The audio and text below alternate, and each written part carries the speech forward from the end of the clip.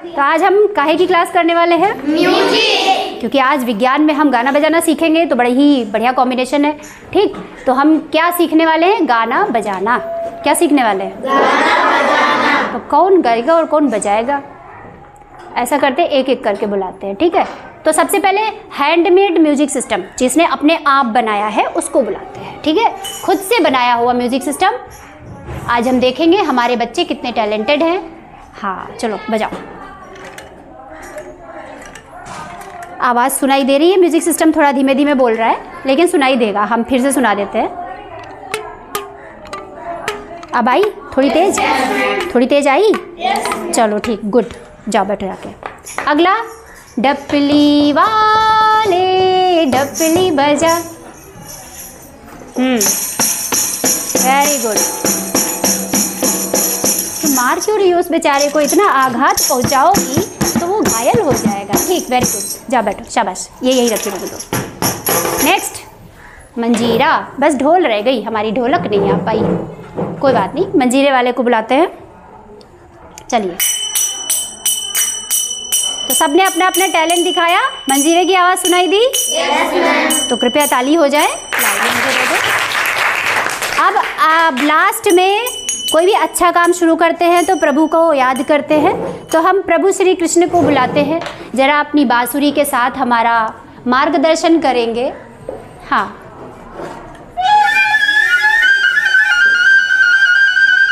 Good. सब जग गए, सबका दिमाग खुल गया। लाओ बांसुरी हमें दे दो।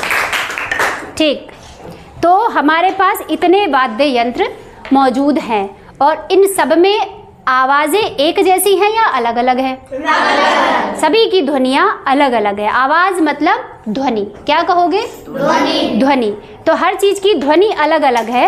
तो पहले हम इसको देख लेते हैं। इसमें पहली बात तो यहाँ पे कुछ ये लगे हुए हैं जो आपस में टकरा के आवाज़ कर रहे हैं। हम इसको क्या कर रहे हैं? आवाज़ निकालने के लिए, इसकी ध्वनि उत्पन्न करने के लिए हम इसको क्या कर रहे हैं?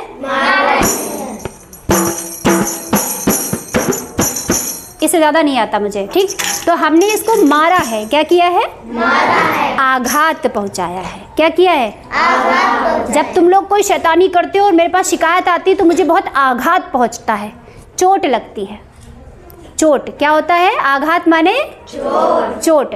आघात पहुंचा रहे हैं तब आवाज़ आ रही है, ध्वनि उत्पन्न हो रही है। ठीक, अब दूसरा तरीका क्या है? दूसरा, हमने ये वाला म्यूजिक सिस्टम लिया।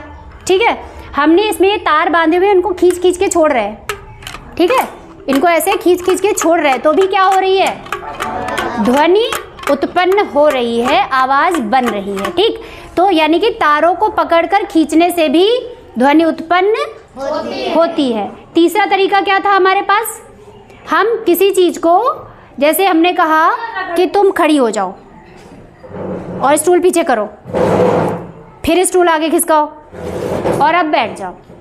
ठीक, तो अब इन्होंने स्टूल को पीछे खिसकाया, स्टूल को आगे किया, तो इसमें क्या हुआ? जमीन और स्टूल के बीच में एक घर्षण हुआ। ठीक है, तो दो चीज़ों के आपस में रगड़ने से भी ध्वनि उत्पन्न होती है। ठीक है, और क्या था हमारे लास्ट में? कृष्ण कन्हैया ने क्या किया था? इसमें फूंक मारी थी। क्या किया था? फूंक मारी थी। फूंक मारने से ध्वनि उत्पन्न हुई थी। अब यहाँ पे कुछ बच्चे ऐसे जिनकी शिकायत आती है कि वो सीटी बजा रहे थे। हैं कुछ बच्चे जो अच्छी सीटी बजा लेते हैं। आज हम उनके टैलेंट का परीक्षण करेंगे। चलिए कृपया सीटी बजा के दिखाइए। तू बजाएगा। अब कंफर्म हो गया कि ये दोनों ही सीटी बजाते हैं। आइंदा से इनकी शिकायत आएगी तो इन्हीं को धरेंगे। ठीक है, तू भी बजाता है, ये तो कंफर्म है। बजा के सुना। अरे बजाते हो, चलो ठीक है। हाँ, तो जो है इनकी जो ध्वनि आई थी वो कैसे आई थी? इन्होंने क्या किया था? फूंक मारी थी। क्या किया था? फूंक मारी थी। शिकायत नहीं आनी चाहिए अगली बार। है घुर्रा घुर्रा के देख रहा है मेरी तरफ। ठीक है, तो जो है ध्वनि उत्पन्न करने के 4 तरीके हमने देख लिए। ठीक, अब सवाल ये है कि ध्वनि है क्या? ध्वनि है क्या? ठीक है, तो हमने जो परिभाषा लिखी है, वस्तुओं में ध्वनि कंपन के कारण उत्पन्न होती है। ठीक, अब ये कंपन कौन भाई साहब है? देखो, ये हमने एक पेंडुलम टांग रखा है। ठीक, इस पे हमने बिठा दिया है किसी छोटे से बच्चे को, जैसे कि वो बेबी। ठीक, बेबी छोटी सी है, वो भी चल जाएगी, जल्दी झूला टूटेगा नहीं हमारा। तो हमने ऐसे झूले को खींचा और ऐसे छोड़ दिया। अब बेबी कैसे झूला झूल रही है? अपनी जहाँ पे वो बैठी थी उसी बिंदु के दोनों तरफ ऐसे ऐसे झूला झूल रही है। ऐसे तो नहीं हो जा रही? नहीं। बेबी का तो एकदम चक्कर आ जाएंगे। ठीक है, तो हमने क्या किया, यहाँ से ये मध्य बिंदु है, इस बिंदु के एक तरफ गई, फिर इस बिंदु के दूसरी तरफ गई। तो ये क्या कर रही है? दोलन गति। कैसी है? एक मध्य बिंदु के दोनों तरफ गति, ऐसे। ठीक है, ये किस तरह की गति है? दोलन गति। और यही दोलन गति जब बहुत तीव्र, जल्दी जल्दी एक ही बिंदु के जल्दी दूसरी तरफ ऐसे होती है, तो वो होता है हमारा कंपन। ठीक है, मैंने ही क्या रखा है? स्वरित्र द्विभुज। क्या कहते हैं इसको? स्वरित्र द्विभुज। ये जब तुम्हारे कान खराब होते हैं, डॉक्टर इसी से सुनते हैं, चेक करते हैं कान में आवाज़ आ रही है कि नहीं। देखो मैं चेक कर रही हूँ, अमन के कान खराब है कि सही है। बहुत गुस्से में नजर आ रहा है, आज इसकी सीटी वाली बात पकड़ी गई। देखो सुन, कुछ सुनाई दिया? कुछ सुनाई दे रहा है। और इसको छू के देख जल्दी से, क्या हो रहा है? झंझना रहा है। ठीक है, तो ये झंझना जो रहा है ना, वो इसी तरह का दोलन कर रहा है। इसके कण जो है वो ये जो है अपनी ही जगह पे बहुत तेजी से गति कर रहा है, एक ही मध्य बिंदु के दोनों तरफ। तो वो क्या है? कंपन कर रहा है। क्या कर रहा है? कंपन। ठीक, तो ये कंपन के जरिए ही, कंपन के कारण ही ध्वनि उत्पन्न होती है। ठीक, समझ गए? तो चलो एक गाना गाते हैं। सा रे गा मा, गाओ गाओ। सा रे गा मा। वाह, लग रहा है आज संगीत की क्लास हो रही है पूरी की पूरी। ठीक, अब ये सारे गामा जिसने गाया है एक बार फिर से गाते हैं। इस बार हम क्या करेंगे, अपने गले पे यहाँ पे हाथ रखेंगे। ठीक है, अब पुनः गाते हैं, शुरू करो। सा रे गामा। हाँ, अब ये बताओ, सारे गामा करते समय आवाज़ तो यहाँ से निकाल रहे हो तुम, यहाँ कुछ हो रहा है? मेरे तो हो रहा है। क्या हो रहा है? झंझना रहा है। तो इसका झंझनाना और इसका झंझनाना कुछ मैचिंग दिख रहा है? yes, और ये झंझनाना हम क्या कहेंगे? क्या कहेंगे? झंझनाने का मतलब क्या? हमने क्या पढ़ा? कंपन। ठीक है, तो अगली बार से इसको झंझनाना नहीं बोलना।